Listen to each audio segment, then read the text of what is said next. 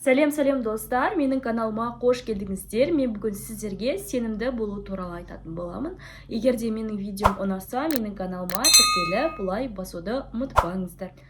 Достар, сіздер білесіздер, жалпы сенімді дауыс, әдемі сөйлеу туралы біз алдыңғы видеоларда айтып кеткен болатынбыз. Бірақтан да мен сіздерге бүгінгі кезекте сенімді болу туралы айтқым келіп тұр. Өйткені білесіздер, егер де сіз өздеріңізге сенімді болмасаңыздар, онда сіздердің дауыстарыңыз да ешқашан әдемі шықпайды. Сіздер дикцияны қанша дамытқандарыңызбен сіздер өздеріңізге сенімді болмасаңыздар, онда сіздердің дауыстарыңыз да сенімді болып шықпайды.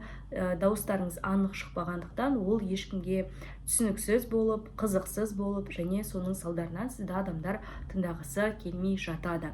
Сол үшін де бүгін видеода мен сіздерге өзіңізге қалай сенімді болуға болады, осы туралы айтатын боламын. Егер де менің видеом ұнаса, менің каналыма тіркеліп лайк басуды ұмытпаңыздар. Жалпы сенімді болу дегеніміз ол адамның тек қана сыртқы көрінісі емес, оның ішкі жан дүниесінде болып жатқан күйін айтсақ болады. Мысалға айтатын болсақ, көптеген адамдар ойлайды, мен қымбат киім кисем, брендтік киім, брендтік сумка, сағат тақсам, мен өзімді сенімді сезінемін деп. Бірақтан да олар тіпті брендтік сағат тағып, түрлі қымбат, бірнеше миллиондық қымбат киімдерді кигеннің өзінде өзін сенімді сезінбей жатады. Ал кейбір адамдар бар, яғни олар өздерін арзан киім кисе де, қандай киім киген болса да өздерін өте жақсы сезінеді, өздеріне сенімді адамдар. Өйткені олардың ішкі жан дүниесінде өзіне деген сенімділік бар. Жалпы өзімізге деген біз сенімділікті қалай қалыптастырамыз? Негізі өзіне деген сенімділік ол бізде бала кезден қалыптасады. Яғни бізге мақтау сөздер айтқан сайын, бізді мақтаған сайын, біздің жасаған іс-әрекеттерімізді жалпы бағалаған сайын біздің өзімізге деген сенімділігіміз артады. Бірақ кей жағдайларда, мысалға біз көбінесе бала болған соң бұзықтық іс жасап қоямыз, неше түрлі жағдайлар жасап қойған кезде бізді сенің қолыңнан ештеңе келмейді, сен бұзықсың, сен адам болмайсың деп ұрсып жатады. Яғни олардың барлығы да біздің миымызға сіңіп қалады да, соның салдарынан біз мысалға өзімізді сенімсіз, менің қолымнан ештеңе келмейді, мен мүлдем ештеңе жасай алмаймын деп өзімізге сенімсіз боламыз. Ал өзімізге сенімділікті арттыру үшін ең алдымен өзіміздің ішкі күйімізбен жұмыс жасауымыз қажет. Біздің ішкі күй дегенде ол сіздің өзіңізді қабылдау. Мысалға сіздің даусыңыз өте жіңішке шығады, бірақтан да сіз сол даусыңызды қабылдайсыз. Сіздің даусыңыз өте жіңішке болғанымен сізді барлығы түсінеді. Сіздің даусыңыз өте әдемі, сыңғырлап қалған даусыңыз бар, сыңғырлап қалған күлкіңіз бар. Тіпті олардың барлығы басқаларға таңсық болып естілуі мүмкін. Яғни сіздің даусыңызға қызығатын адамдар да бар болуы мүмкін. Сол үшін де ең алдымен сіз өзіңіздің даусыңызды артықшылық ретінде қабылдаңыз, және де өзіңіздің бар болмысыңызды толық қабылдауыңыз қажет. Сонда ғана яғни өзіңізге сенімді бола аласыздар. Ал егер менің даусым өте жіңішке, мен ол дауысты жуан етемін деп өзгелерге еліктеп, солардың жасағыңыз келсе, ол нәрсе сіздің қолыңыздан келмей, тағы да сіз өзіңіздің сенімділігіңізді төмендетіп. Және де ең бастысы, сіз қанша қателік жасасаңыз да өзіңізді кінәламаңыз. Яғни кез келген мысалы қателікті сіз тәжірибе ретінде қарастыруыңыз керек. Көбінесе мысалы бай адамдар болады, бизнеспен айналысатын кәсіпкерлер, коучтар, психологтар болсын, олардың барлығы да өмірде үлкен қателік жасаған адамдар. Біреулер мысалға айтады, 40 миллион, 50 миллионға қарызға кіріп кеттім деген сияқты. Бірақ олар оны қателік деп санамайды. Жай ғана ол маған тәжірибе, мен осы тәжірибе арқылы осынша қайта пайда таптым деп. Сол сияқты сізде қандай қателік жасасаңыз да, ең бастысы оны қателік емес, тәжірибе ретінде қабылдаңыз. Ал екінші кезекте өзіңіздің ойыңызды дұрыстаңыздар.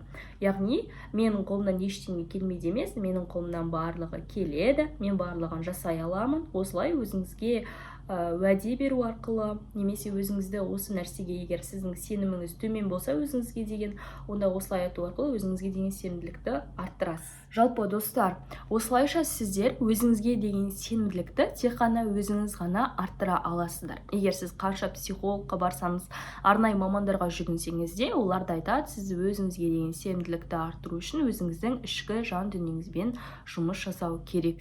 Өзіңізге деген сенімділікті арттыру үшін үнемі тік жүруді қалыптастыруыңыз қажет, және де ешқандай да асықпай, анық сөйлеуді, әр сөзіңізге мән беріп сөйлеуді қолға алыңыз. Даусыңыз сөйлеуіңіз қалай? Жіңішке ма? Жіңішке болса сіз асықпай сөйлеу керексіз. Немесе кішкене даусыңызды сізді адамдар естімей жатса, кішкене даусыңызды көтеріп сөйлеу керексіз. Және де достар, өзіне деген сенімділікті арттырудың тағы бір жолы ол кітап оқу. Яғни сіз кітап оқу арқылы көптеген жаңа дүниелерді біле аласыздар. Ең бастысы өзіңізге деген сенімділікті арттыра аласыздар. Ал келесі кезекте жалпы өзіңізге деген сенімділікті арттыру үшін ең алдымен өзіңіздің жалпы бүгінгі күні сіз не жасадыңыз? Бүгін сіз кітап оқыдыңыз, қанша бет күнделікті жалпы жасаған жұмыстарыңызды күнделігіңізге жазып отыруды ұмытпаңыз. Мысалға сіз таңертең ерте ұйқыдан тұрдыңыз, жұмысқа бардыңыз, немесе сабаққа бардыңыз, сабақта осындай жаңа дүниелерді үйрендіңіз, және де өзіңіз қандай жетістікке жеттіңіз. Мысалға әркім өзінің жетістігін әртүрлі санайды. Біреу үшін мысалы жай ғана тамақ пісіру үйренудің өзі жетістік, ал енді біреу үшін жаңа бір мамандықты меңгеру ол үлкен жетістік болып саналады. Сол үшін де кішкентай ғана өзіңіздің нәтижелеріңіздің барлығын күнделікке жазып отырыңыз, және арман мақсаттарыңызды жазыңыз, және ол арман мақсатқа жеткен кезде сіздің сенімділігіңіз одан сайын арта береді. Яғни үнемі өзіңіздің жақсы қасиеттеріңізді бағалап отыруды үйреніңіз, және ең бастысы кішкентай ғана нәтижеге, жетістікке қол жеткізген кезде өзіңізге жақсы сыйлық жасауды ұмытпаңыз.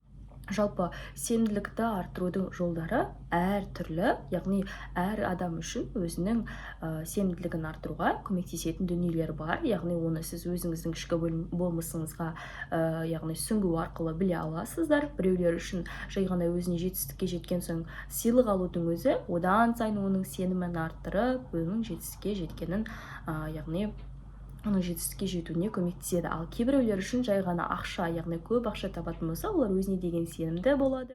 Достар, жалпы әр адамның ол сенімдікке жету үшін өзінің кішкентай ғана жетістіктерін, нәтижелерін үлкен марапатқа лайық деп табуы.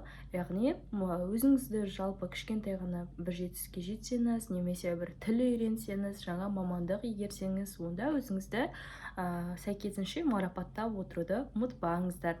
Марапат ол әртүрлі болады, ең бастысы өзіңізге деген сенімділікті арттыруға көмектесу керек. Достар, осымен бүгінгі видео аяқталды. Егер де менің видеом ұнаса, менің каналыма тіркеліп, лайк басуды ұмытпаңыздар. Келесі кездескенше аман сау болыңыздар.